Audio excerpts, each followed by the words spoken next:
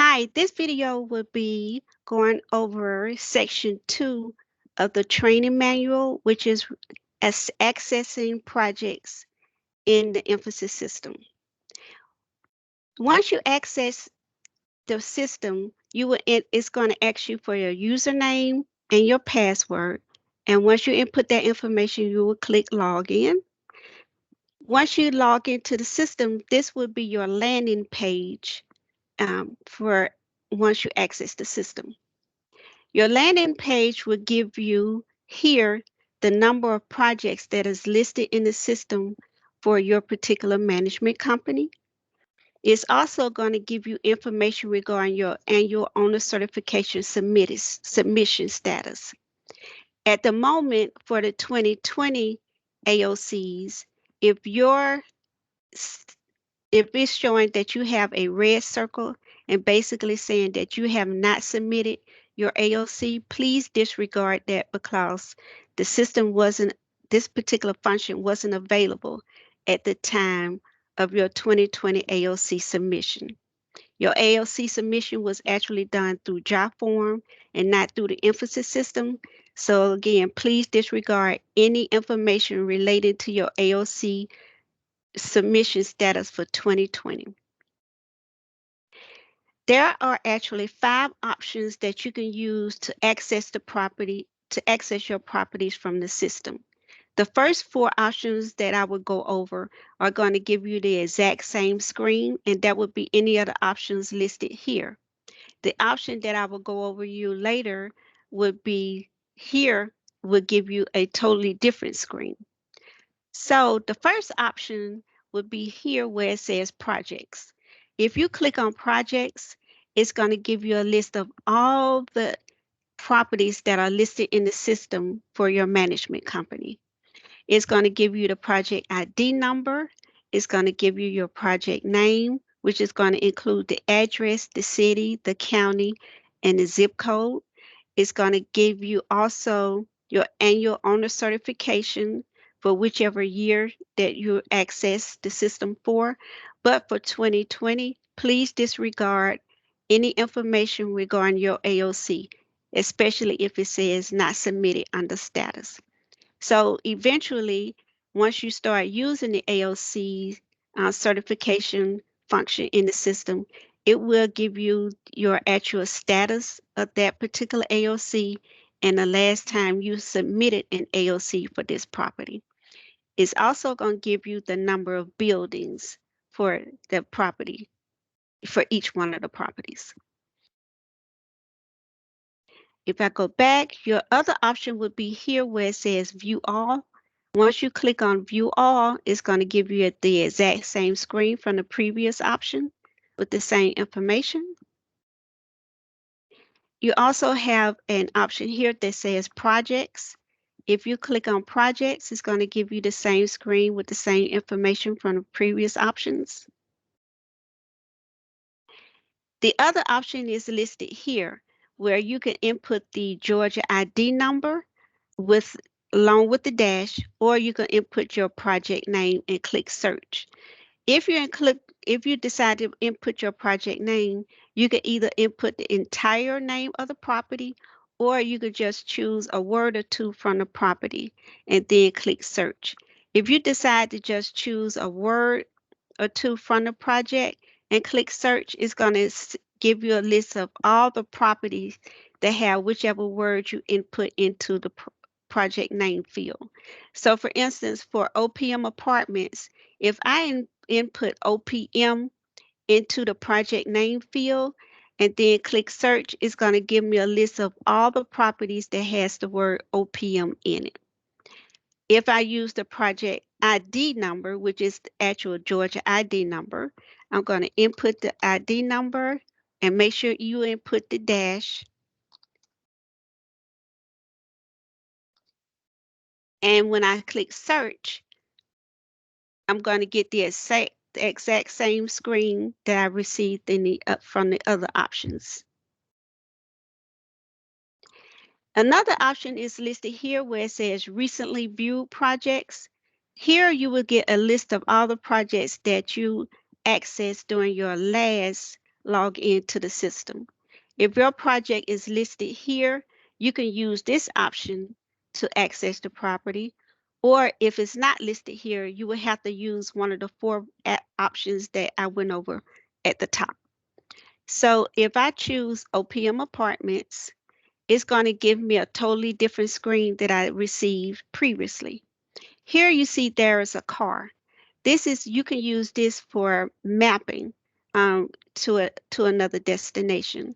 So if I click on car, it's going to actually give me Google Maps, and it's going to give you the location of your property, and then you can input another destination that you may want to go to from your property.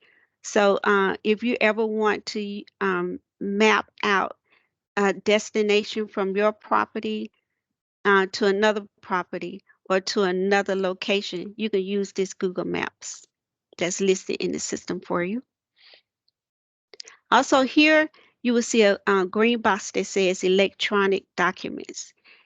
This is where you will actually be able to review documents that was submitted to you from DCA, or you can submit your documents to DCA using this function. Also, this will be where you will input all of your documents for your file reviews that needs to be sent to DCA instead of emailing them as you are doing now. You will actually be using this function. At the moment, the function is not available, but once it does become available, we will send instructions on how you will be able to submit your documents or receive documents from DCA. And those instructions will be sent to you via the DCA email blast. So make sure everyone in your management company has signed up to receive DCA email blast. Here also will give you more information on your annual owner certification.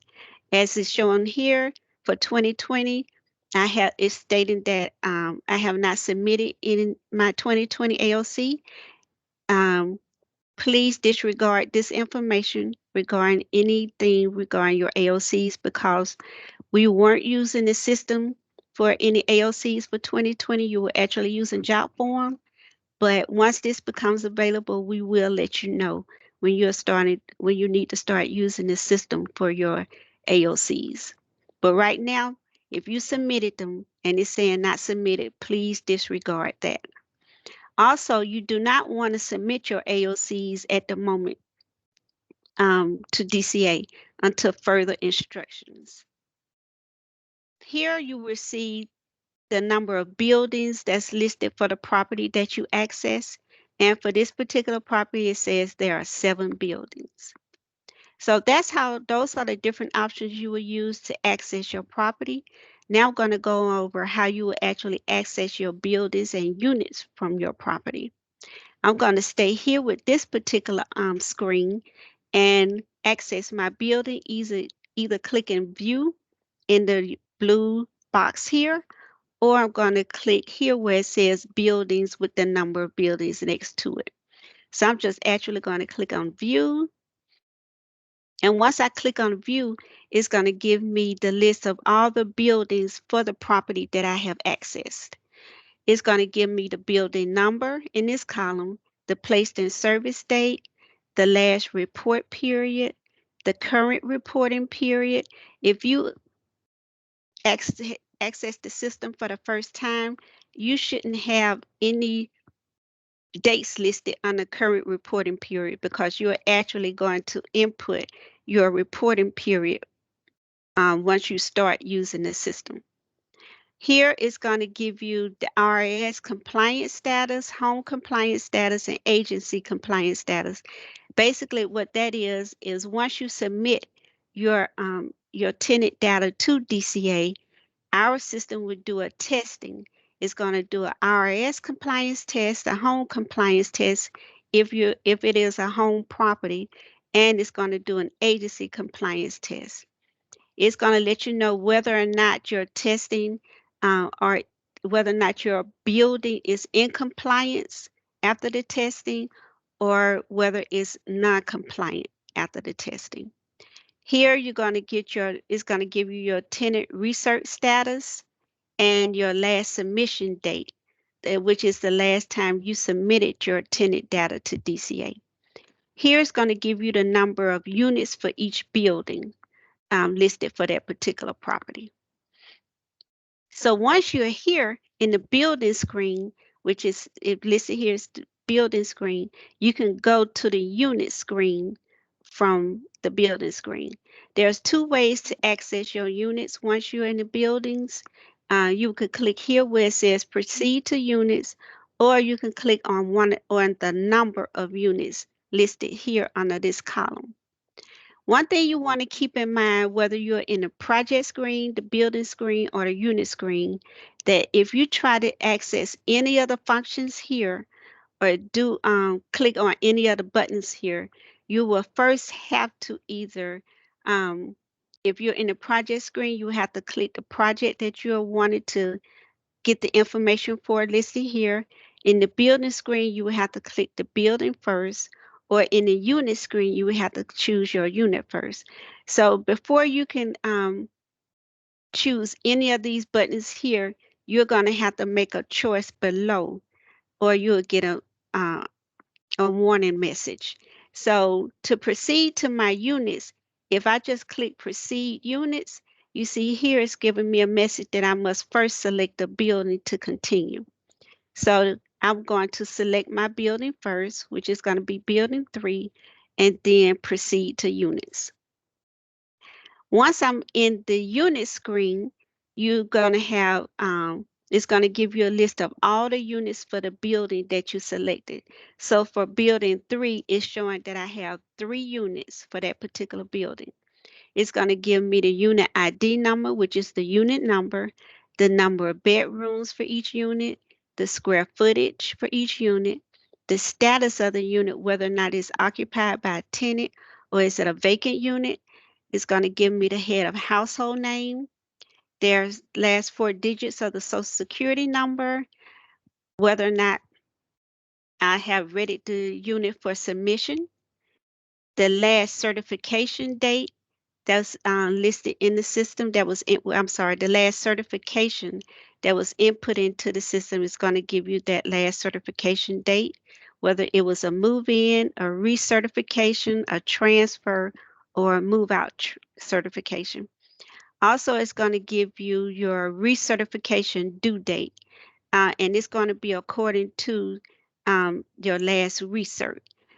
DCA is the system is automatically set for your recertifications to be due on the anniversary of your move-in.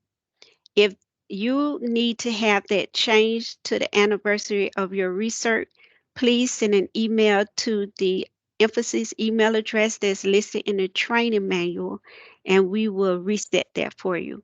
But at the moment, it's automatically set to state your certification or recertification due date on the anniversary of your move-in. So using that is how you will access your buildings and units using the option that I showed you that has the 3 squares to it. So if I click close, close will always take you back to the last screen that you were on. So when I close the screen for units, it should always take me back to the building screen. If I close buildings, it should always take me back to the project screen.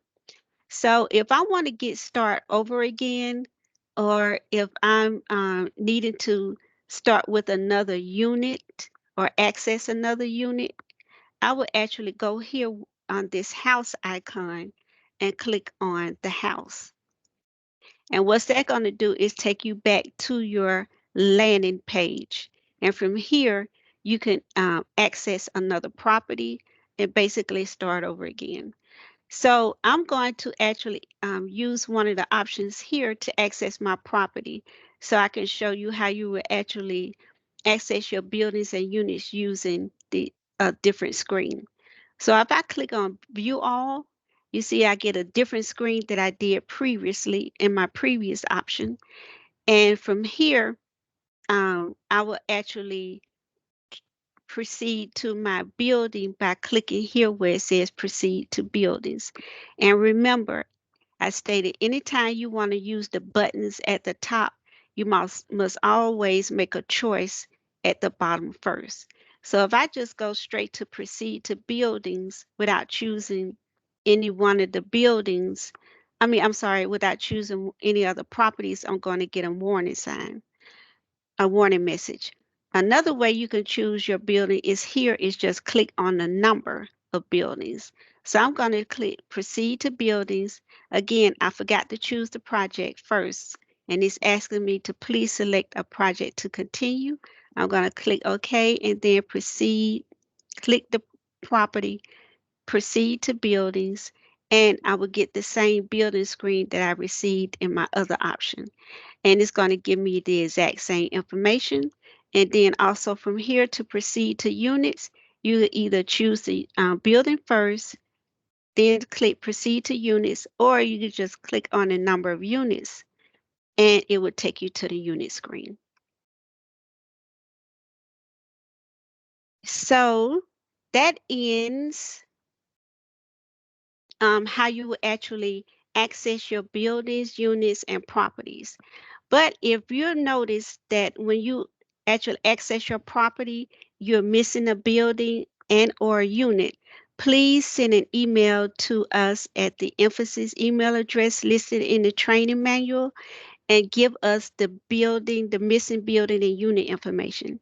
First of all, you need to make sure you give us the project name. If it's a building, a missing building, we will need the bin number for that particular building. If it's a missing unit, we will need the bin number and the unit number for that unit. Also, if you have market units listed in the system, please send us a list of the number of market units for each of your buildings. We don't necessarily need the actual unit number. We just need the number of market units. So for instance, in building 2, you have 4 market units. Just send us the proper OPM apartments, building 2 have 4 market units, if and so on and so on. If you would like for us to send you a spreadsheet that you can just complete to that we've already created, that you can complete to input your market units, please send us an email. Send an email to the emphasis email inbox, and we will send you that spreadsheet to be completed for each of your properties that have market units. Another thing that I wanted to also mention before I close out is when you're in the unit screen, there's a button here that says unit definition, and it will give you a little more information regarding your unit. So again, before you can even click on the button, you first must choose the unit and then click unit definition. Once you're in the unit definition, you will see more information regarding your unit. It's going to give you the basic information, the number of bedrooms, the square feet, and the utility type here. And it's an apartment utility type for this one. Also, you can have a choice under unit designation. Right now, it's saying that the unit designation is a tax credit unit. If you know that it's also a home unit and it's not checked here, you will actually click on edit, and then you would check the box for home unit and then designate whether or not it's a fixed home unit or a floating home unit. There are also other choices here that can be checked for that particular unit that applies to the unit. And if you notice, if you know, for instance, um, this particular unit receives PBRA and is unchecked, you can actually check here for PBRA and any of the designations that's listed that applies to this particular unit. And once you click on the ones that applies to the unit, you will actually just click save and it will save that information for you. So that ends the video in regarding how you will access your properties, your buildings, and units. Thank you.